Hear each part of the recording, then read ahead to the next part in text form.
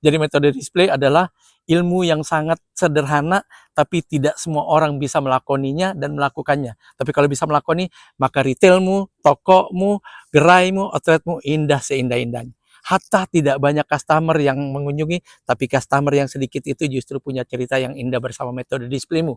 Pada saat metode display bukan lagi cuma sekedar teori, tapi benar-benar dipraktekkan untuk dipertontonkan, ditunjukkan kepada semua pengunjung, customer dan loyal customermu, sehingga mereka lapar mata dan memanjakan mereka untuk berrekreasi di area displaymu dengan pendekatan metode display tingkat tinggi.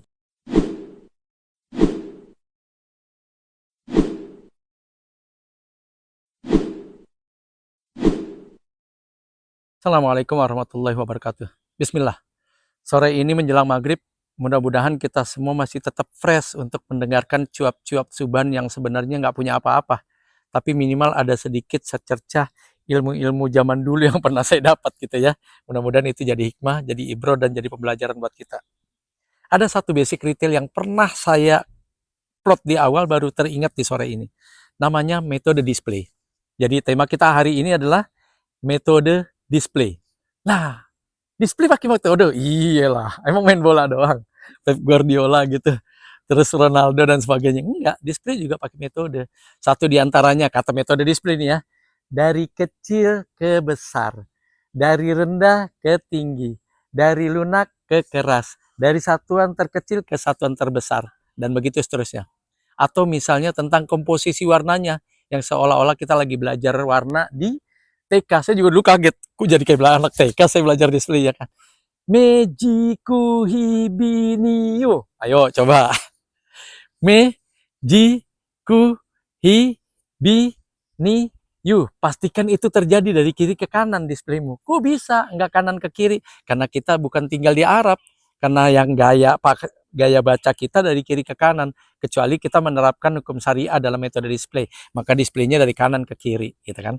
Kecuali dalam keseharian kita menulis bukan bahasa Latin tapi bahasa Arab. Maka displaynya dari kanan ke kiri. Kan gitu ya. Kenapa price-nya ditaruh di kiri? Ya karena lagi-lagi cara baca kita dan nulisnya dari kiri ke kanan. Makanya tadi mejiku hibiniu. Ayo ulang sama saya yuk. Mejiku hibiniu. Dari kiri ya. Mejiku hibiniu. Jangan dari tengah. Jangan dari kanan. Enggak. Kalau kanan dunia Islam yang menerapkan syariat dari kanan mereka displaynya gitu kan. Tapi bin Daud saya lihat juga dari kiri. Sebagian dari kanan sih ada gitu kan. Bin Daud di Madinah. Saya belum pernah lihat di Mekah ya. Seperti apa display mereka. Mejiku hibiniu itu kepanjangan dari merah, jingga, kuning, hijau, biru, nila, ungu. Putih di mana? Bebas. Mau taruh tengah? Monggo. Taruh belakang? Ya nggak pantas dong. Kan terang, netral. Tengah boleh. Di awal juga boleh. Di sisipan sesudah display urutan kedua sesudah meji boleh. Yang pasti jangan taruh belakang. Nggak pantas karena dia terang. Memancarkan sesuatu yang bersih. Kan gitu. Terus hitam mana? Ah itu nggak boleh bebas. Ya kan? Hitam di mana? Kan tadi Mejiku Hibiniu, merah, jingga, kuning, hijau, biru, nila, ungu. Nggak ada tuh putih. Tadi udah saya bahas putih di mana. Boleh di depan, boleh di tengah. Tapi jangan di belakang. Hitam mutlak harus di paling belakang. Sesudah ungu. Jangan sebelum ungu. Jangan. Kenapa? Kok gelap? Terus ada ungu, terang, mengkilat, bikin silau mata. Kan gitu ya. Jadi seolah-olah Mejiku Hibiniu pertama kali saya dapat di 94. Kok kayak bocah TK ya? Tapi ternyata begitu saya masuk ke level yang lebih tinggi, itu salah satu yang menyebabkan display kita menjadi keren. Menjadi orang membuat display kita kagum. Keren juga ya. Saya punya 3 album Mejiku Hibiniu yang saya setting dan jadi kebanggaan nasional saat itu. Di mana tim saya dibilang jago-jago display selama 3 tahun berturut-turut sebelum di tahun berikutnya diputuskan tidak boleh ikut kompetisi. Gitu. Seperti itu.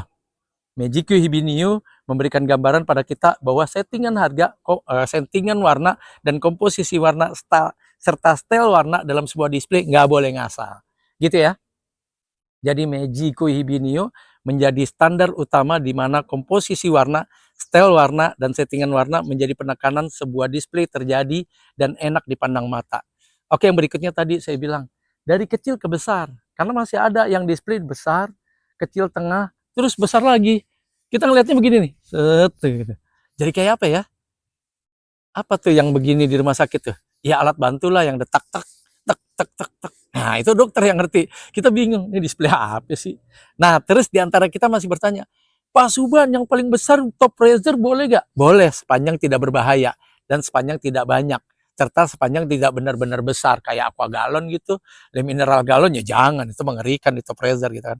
Yang lebih kecil dari itu masih boleh di top razor lah. Sepanjang tadi saya bilang tidak membahayakan dan tidak terlalu besar, serta kalaupun jatuh tadi ya tidak menyebabkan pecah belah, dreng, membahayakan pengunjung. Tapi yang paling bagus sebenarnya, yang paling layak dan idealnya tetap paling bawah di shelving terakhir gitu. Nah, terus ada kaitan dengan metode display dengan kita punya omset? Sangat. Metode display salah satu diantaranya adalah pada saat kita display, pastikan kata metode display, punya value to produk. Apa tuh value? Price look up. Kalau nggak ada barcode eksternal. Kalau nggak ada, ya terbitkan barcode internal. Kalau nggak ada juga, pusing deh saya. Nggak ada juga ya jangan display kan gitu. Karena kata Charlie Checkpoint, tidak boleh masuk ke floor, tidak boleh di display kalau tiga itu tidak ada dan tidak menyertai produk untuk di display. Yang kedua, metode display mengatakan produknya layak secara isi, produknya layak secara kemasan, produknya layak secara komposisi. Jadi kalau emang jualnya lusinan, kalau tinggal 10 tarik dari area display. Karena nanti saya 10 aja, nggak ada, emang jualnya lusinan. Kurang 2, ya tinggal potong aja harganya, nggak bisa begitu. Itu metode display yang harus diawasi, diamati sehingga tidak terjadi kerancuan dalam bertransaksi di kasir. Kalau tidak kasirnya bingung. Bu, ini mah jualnya selusin. Orang cuma ada 10, siapa yang salah? Salah kita di floor tidak benar-benar patuh, taat, dan disiplin dengan metode display. Akhirnya si kasirnya bingung. Nggak bisa Bu, harga bulannya udah satuan aja. Nggak pernah ada settingan harga satuan. Kan gimana? Timbulnya apa? Komplain. Tidak prima, katanya sikap kasir nggak benar pada customer. Padahal yang nggak benar apa? Kita di awal tidak memperhatikan metode display yang menyebabkan display tidak menimbulkan satu kendala dan komplain di front end bernama kasir. Kan gitu ya. Ada lagi tentang metode display di mana kita sering abai. Apa? Average sales sama dengan average display. Sebutlah produknya namanya beras 2 kilo kedai yatim misalnya. Satu facing kedalaman 5. Misalnya ya, satu facing. Dia punya 3 facing. Berarti 15 kan ya? Oke. 15 sudah dihitung. Average salesnya rata-rata 3. Berarti 5 kali customer ngambil, habis dong. Iya. Bisa ditumpuk sampai 15 lagi satu tumpukan, berarti 30. Kita abai itu, tidak pernah menumpuk dan tidak pernah bikin full di 3 tier atau 3 facing. Apa yang terjadi? Barisnya juga tidak penuh sampai 5. Facingnya sih penuh 3, tapi ke belakang ada yang 4, ada yang 3, ada yang 2. Apa yang terjadi? Gara-gara metode display tidak memperhatikan tentang kedalaman display, tentang tumpukan facing, baris, dan tier, kita mengalami seolah-olah OOS atau stock out. OOS apa? Out of stock. Stock out ya sama. OOS out of stock atau stock out sama. Artinya barang habis. Seolah-olah. Padahal apa? Gara-gara metode display ini tidak disiplin. Barangnya masih ada bro di gudang. Masih ada di transit. Masih ada di CCP. Masih bisa dikeluarkan untuk terjadi full display. Masih bisa. Dan masih sangat mungkin. Akhirnya apa yang terjadi kalau kita tidak disiplin? Lost sales. Iya gak? Lost sales artinya apa? Terjadilah kesempatan menjual yang hilang. Hilangnya kesempatan menjual. Kan? Rugi gak kita? Rugi. Dan yang paling rugi, itu mempengaruhi status atau historical dan tag si produk. Tag itu identifikasi sebuah produk. Apakah ini produk laris, tidak laris, laku, tidak laku, setengah laku, atau memang unmove kan gitu ya. Kalau laku namanya fast move. Fast moving ya. Kalau seandainya setengah namanya medium move, medium moving. Kalau tidak laku namanya unmove kan gitu. Kalau yang adanya di seasonal ya namanya seasonal product, seasonal tag kan gitu ya. Nah, yang kayak gitu nggak diperhatikan tuh sama kita. Punya minimarket, punya supermarket, display aja begitu saya lihat warnanya belang-belentung ya, mata saya jadi sakit gitu. Kalau kita koreksi itu toko orang, nggak dikoreksi, ini kayak nggak punya ilmu nih. Tapi qadarullah mereka punya dana kuat, dana banyak sehingga bisa memaksakan metode display seolah-olah ditabrak menjadi sesuatu yang tidak pakai pakem, tidak pakai basic, tiba-tiba display acak-adut, yang penting terjual, yang penting penuh, yang penting ada omset. Jangan begitu ya. Karena salah satu bisnis retail mengedepankan keindahan, mengedepankan kerapihan, mengedepankan teori dan perpaduan dengan praktek. Metode display itu bukan cuma sekedar teori, tapi prakteknya juga harus terjadi di lapangan. betapa metode display punya ilmu keren bernama spaceman, betapa metode display juga harus memperhatikan yang namanya airspace. Jangan kurang dari 2 jari ya, jangan juga kelebihan. Kenapa? Kalau kelebihan nanti nyangkut di pala shelving berikutnya, nggak keluar tuh. Kalau bukan beling, kalau beling, tak pecah. Udah ada lagi self-talkernya. Self-talker ya, artinya seolah-olah shelving sedang berbicara dengan kita. Dan itu metode display yang paling dalam, nanti kita bahas. Kenapa perlu self-talker? Wis, berat tuh. Ilmunya udah 12 SKS tuh. S4 bukan S3. Self-talker itu memberikan informasi kepada setiap customer dan kamu sendiri pelaku pajang, pelaku display. Di mana item itu membutuhkan rambu-rambu bernama self-talker. Dikasih tahu sama self-talker, barang ini mudah pecah, barang ini mudah tumpah, barang ini mudah meledak. Apa salah satunya? Madu. Madu itu mudah meledak loh. Kalau salah display, beling lagi. Tuh, berapa banyak saya awal. Kemana-mana tuh kalau udah nempel di keramik jadinya apa ya, di granit kita tuh, itu udah susah tuh, harus campur air panas, belum pecahan belingnya tuh madu, belum lagi yang namanya garam, merusak kita punya shelving, aduh pada karat airnya garam, membuat garamnya nggak karat, shelving yang barunya karat kena garam kan gitu. Jadi metode display diperhatikan yang menyebabkan self-talker nanti menjadi satu informasi penting buat kita pelaku display. Garam dan madu menjadi sesuatu yang penting buat kita, di mana tidak boleh sebarang shelving diisi sama madu dan garam, karena dua-duanya punya daya rusak yang kuat terhadap shelving. Jadi kita harus bijak menempatkan barang-barang dahsyat yang bisa meledak kapan aja, yang bisa membuat shelving jadi karat dan rusak kapan aja. Intinya metode display cuma enak dan mudah disebutkan, bahkan bukan retailer pun bisa bilang metode display, tapi pada saat diuji saya tuh seperti kebakaran pala saya, kok kayaknya berasap mulu ya. Apalagi kalau dia dibilang bahan komposisi warna, oke, satuan terkecil, gramasi, lunak, pakai watt kalau seandainya bohlam ya, pakai victory kalau seandainya jam ya, berarti 10/10 ya, gitu ya. 10/10 itu gimana? Jarum panjangnya di angka, saya lupa, harus ada jamnya. Yang pasti menunjukkan victory ya, V. Tidak boleh sembarangan tuh jarumnya tuh. Itu metode display gitu kan. Bagaimana jam di display dari jam terkecil, jam dinding ya, sampai jam terbesar, sampai jam kaki yang punya suara treng, treng. Itu metode display. Jadi ilmu retail nggak ngasal gitu lah. Makanya saya berterima kasih sama Allah. Allah batalkan saya untuk jadi jenderal. Ternyata Allah izinkan saya jadi jenderal retail. Masya Allah. Nggak ada ya jenderal retail ya, itu julukan pribadi. Artinya metode display menjadi satu teori dan satu metode yang membuat saya semangat tiap saat gitu loh. Jadi benturan apapun juga saya terkadang habis ngaji ingat tentang metode display. Di mana setiap bawahan saya dan murid-murid binaan saya itu paling kesel dengan metode display. Kenapa sih nggak majang aja biasa, display aja nggak bisa gitu loh. Kebayang nggak kalau kita mau stok opnam, tahu-tahu metode display di wonten, dinilai, dikoreksi sama Subhan. Aduh, udah kita harus lakukan yang namanya pre-content pengurangan display untuk kita lakukan karantina dan dihitung di awal. Itu namanya pre-content. Pre kan sebelum kon kan dihitung sebelum terjadinya stok opnam. Nanti ada yang namanya berita acara stok opnam, ada yang namanya stok opnam juga.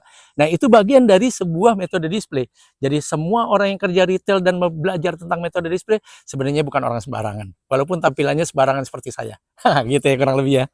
Mudah-mudahan metode display jilid awal bisa kita lanjutkan dengan jilid-jilid berikutnya. Saya buka kitab dulu karena kitab itu tentang metode display itu ngejelimet. Saya juga kayaknya agak capek belajar tentang metode display. Belum kalau seandainya metode display diterapkan dan ditetapkan di Wingstack, belum di Clipstrip, belum di Flounder, belum di COC, belum di OTC. Wah banyak deh. Belum di Endcap, Gondola, Regular Rack, belum yang ada yang namanya block shelving. Aduh, metode display. Dulu saya beranggapan saya nggak mau kuliah karena capek belajar di SMA. Begitu masuk retail lebih capek daripada kuliah. Bayangin 3 bulan sekali saya harus masuk kelas, latihan lagi 6 bulan sekali, ada yang namanya appraisal internal dan eksternal. Eksternal dulu dari SC Nielsen kalau nggak salah gitu kan, juga ada dari PNG, Unilever, Sayapmas dan sebagainya. Mereka memberikan penilaian kepada kita untuk dilaporkan kinerja kita kepada owner. Bayang nggak tuh, kita dilaporin tuh kinerjanya sama vendor-vendor dari supplier besar. Kata saya, tahu gitu saya mendingan kuliah aja ya. Tapi kebayang nggak, saya sudah memutuskan menjadi retailer saat itu. Dan seluruh orang tua saya termasuk abang pertama, saya juga kaget. Kok ini anak jadi retailer ya? Ya itu cara Allah.